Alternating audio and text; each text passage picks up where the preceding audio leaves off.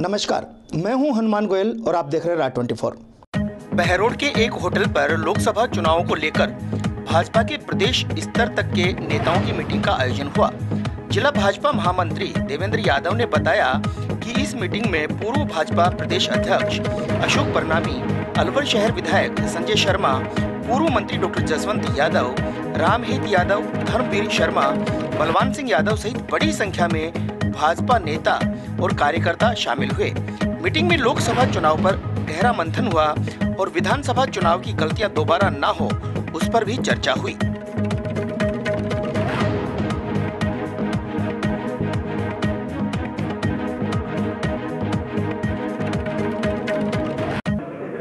लोकसभा चुनाव के मद्देनज़र जो हमारी अलवर लोकसभा की जो संचालन समिति और जो प्रबंधन समिति बनी है, आज हमने उनकी बैठक ली है और लोकसभा की तैयारी किस प्रकार से हो, लोकसभा में किस प्रकार से इस अलवर लोकसभा को जीती जाए, उस पर हमने बातचीत करी। आज देखिए, जब सर्जिकल स्ट्राइक करी थी तब भी कांग्रेस ने उसके सबूत मांग करके हमारे सैनिकों का मनोबल गिराने का काम किया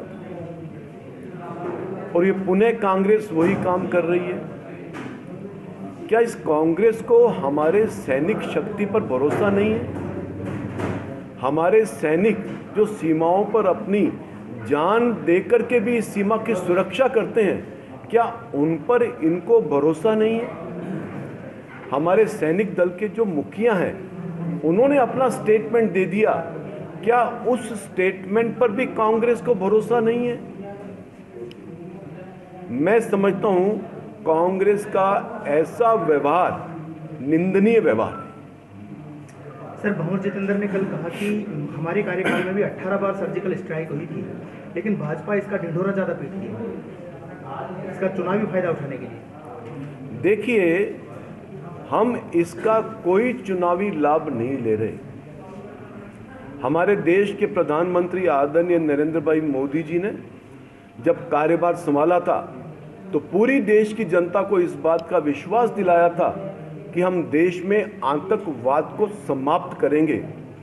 और हमें बताते हुए प्रसन्नता है कि पिछले 4.5 वर्षों में पूरे देश में कहीं भी आतंकवादी गतिविधि नहीं हुई, जबकि कांग्रेस के कार्यकाल में निरंतर कभी बॉम्बे ब्लास्ट हो रहा है, कभी कहाँ हो रहा है, कभी कहाँ हो रहा है। कि कांग्रेस को इस बात की भी चुभन है कि हम आतंकवाद को समाप्त नहीं कर पाए, जिसको समाप्त करने का काम हमारे देश के प्रधानमंत्री आदरणीय नरेंद्र भाई मोदी जी ने कहा। जब हमने देश की जनता के साथ वायदा किया तो उस वायदे को पूरा करना भी प्रधानमंत्री जी की जिम्मेदारी थी, जो उन्होंने सर्जिकल स्ट्राइक के माध्यम से और एयर स्ट्राइक के माध्यम से पूरे विश्व को इस बात का संदेश देने का काम किया कि हम हमारे देश में आतंकवाद को बर्दाश्त नहीं करेंगे, चाहे हमें उन पाकिस्तान की सीमा पर जाकर के ही क्यों नहीं उस आतंकवादी को समाप्त करना पड़े। देखिए, राजस्थान में हम फिर दोहरा रहे हैं, 2014 का इतिहास दोहराने का काम करेंगे। 25 की 25 लोकसभा सीटें भारतीय जनता पार्टी के पक्ष में जिता करके हमारे देश के प्रधानमंत्री आदरणीय नरेंद्र भाई मोदी जी को पुणे देश का प्रधानमंत्री बनाएंगे। Who is the winning candidate? जो विनिंग कैंडिडेट होगा वो हमारे मायने होगा, पार्टी के प्रति समर्पित होना चाहिए, पार्टी का होना चाहिए। लोकसभा चुनाव की तैयारी के लिए और निश्चित रूप से पार्टी जब चुनाव आते हैं तो जीतने के लिए पूरा प्रबंधन किया जाता है। किस तरह से चुनाव का संचालन होगा, किस तरह चुनाव को जीता जा सकता है, किस तरह से हम किस किस नेताओं की आवश्यकता है, किन किन को कहाँ कहाँ मीटिंग की जाए, वो सब तैयारियाँ चल। निश्चित रूप से कमल का निशान उम्मीदवार होगा और जो जनता चाहती वही होगा। तो कार्यकर्ता चुनाव लड़ेगा।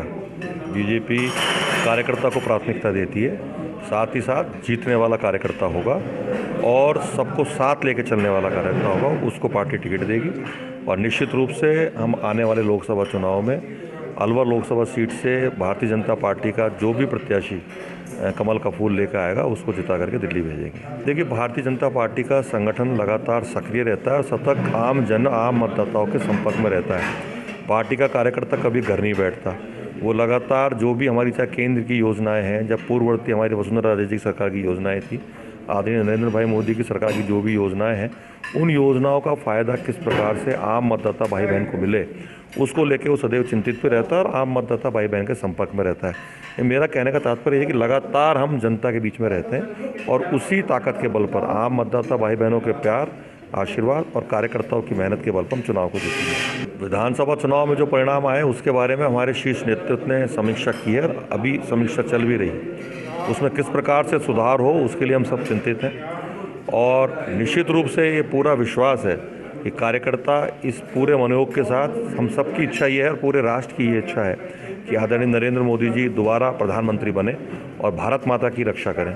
इसके लिए भारतीय जनता पार्टी कार्यकर्ता के साथ साथ आम मतदाता भी चिंतित है और पार्टी का कार्यकर्ता पूरे मनोयोग के साथ जो भी कार्यकर्ता कमल का फूल लेकर आएगा उसको जिताने के लिए पूरी ताकत लगाएगा। आज लोकसभा चुनाव संचालन कमेटी की मीटिंग हुई। हमारे पूरे पूर्व प्रदेश अध्यक्ष जी इस संचालन कमेटी की मीटिंग लेने आए। उन्होंने आज लोकसभा चुनाव की कैसी व्यवस्थाएं हमें करनी है और आने वाले कुछ समय में ही मुझे लगता है कि 10 तारीख तक घोषणा चुनाव की हो जानी तय है और पूरी पार्टी और कार्यकर्ता एक साथ लगे हुए हैं। पार्टी में एकता है, सब मिलजुल के सहयोग करने के लिए तैयार हैं। प्रत्याशी हमारा कमल का फूल है। भारतीय जनता पार्टी जिसको भी टिकट देगी वो हमारा प्रत्याशी कमल का फूल कहलाएगा। नरेंद्र भाई मोदी ने इतने अच्छे काम किए हैं कि राजस्थान में, मैं फिर रिपीट कर रहा हूँ, 25 में से 25 लोकसभा की सीट भारतीय जनता पार्टी के पक्ष में आएंगी। अभी जो विधानसभा चुनाव हुआ था और लोकसभा चुनाव होने जा रहा है, मैं मानता हूँ कि इस वक्त जो हमारी पार्टी ने वादे किए थे सेंट्रल सरकार ने, वो 100% पूरे हुए हैं और लोकसभा चुनाव में जनमानस एक तरफा भारतीय जनता पार्टी के पक्ष में है। राष्ट्र हित को लेके, राष्ट्र सुरक्षा को लेके और पूरा विश्व भारत की इस सर्जिकल स्ट्राइक नंबर 2 से पूरा विश्व भारत के पक्ष में है। एक नागरिक भारतीय जनता पार्टी के पक्ष में है। निश्चित रूप से विधानसभा और लोकसभा में बहुत बड़ा अंतर आएगा कि लोकसभा में भारतीय जनता पार्टी की 25 में से 25 सीट हमारे पक्ष में आएगी। अब बगावत नहीं बची। छोटे चुनाव पर कई बार लोग आपस में छोटी छोटी बातों के लिए नाराज़ हो जाते हैं। अब ये लोकसभा का काम है और इसमें जहाँ तक है कि कोई बगावत नहीं रहेगी। कार्यकर्ता एक मुश्त काम करेंगे। मैं जहाँ तक समझता हूँ सब कार्यकर्ताओं ने आज की बैठक में भी बहुत अच्छा मैसेज दिया है कि सब एक मिलके काम। हम पार्टी के कार्यकर्ता हैं और भारतीय जनता पार्टी का कार्यकर्ता स्वस्थ रहता है, पूरा विश्वास होता है उसे टिकट मिलेगी।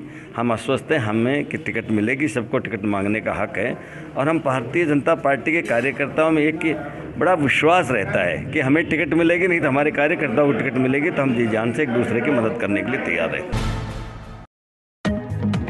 बहरोड पत्रकार संघ के पत्रकारों से बातचीत करते हुए बहरोड डीएसपी रामजीलाल ने कहा कि बहरोड को अपराध मुक्त करना हमारे लिए चुनौती है और हम टीम भावना से बहरोड को अपराध मुक्त करेंगे। इसके लिए उन्होंने आमजन से भी पुलिस का सहयोग करने की बात कही। बहरोड में जो क्राइम का ग्राफ है उसको कम करने की कोशिश करेंगे और यातायात व्यवस्था को अच्छी तरह सुचारू रूप से संचालित करेंगे और पुलिस अधिकारी और जनता के बीच में अच्छा समन्वय बना के सीएलजी सदस्यों का सहयोग लेके और जो भी मीडिया पर्सन्स हैं, जो भी जनप्रतिनिधि हैं, जो समाज के अच्छे लोग हैं, उनका सहयोग लेके और इलाके को अपराध विहीन करने की कोशिश करेंगे। जो भी बदमाश तत्व उनके खिलाफ सख्ती से कार्रवाई की जाएगी। आमजन से तो मेरी यही अपील है कि वो मतलब अपराधियों की कोई भी सूचना हो तो पुलिस को तुरंत दे और खुद के अंदर भी एक पुलिस पैदा करे, खुद भी जागरूक हो, यातायात के प्रति भी जागरूक हो, हेलमेट का प्रयोग करे और जो भी अपराधी के उनके बारे में पुलिस को तुरंत सूचना दे जिससे कि पुलिस उनके खिलाफ सख्ती से कार्रवाई कर सके। उसके लिए नाकेबंदी भी करेंगे, गश्त भी बढ़ाएंगे। पुलिस अधीक्षक महोदय से जो जाब्ता ट्रैफिक का और स्टाफ का मैं तो उसको ओढ़ लेंगे। बहरोड काफ़ी बड़ा लंबा चौड़ा थाना क्षेत्र है, कोशिश करेंगे एक गाड़ी और अवेलेबल हो जाए, स्टाफ भी अवेलेबल हो जाए, नए थाना प्रभारी, नए अतिरिक्त पुलिस अधीक्षक महोदय आए, वो अच्छा एक टीम वर्क के रूप में काम करें। नहीं वो तो स्टाफ तो देखो जो भी ज़िले में स्टाफ है और पुलिस अधीक्षक साहब की भी, क्योंकि 40 थाने हैं तो एक थाने में तो सारा स्टाफ दे नहीं सकते, सभी में देना पड़ता है, तो जो भी स्टाफ है और थोड़ी संख्या बढ़ाने की निवेदन एसपी साहब से करेंगे। आज के बुलेटिन में इतना ही। देखते रहें राज 24। नमस्कार।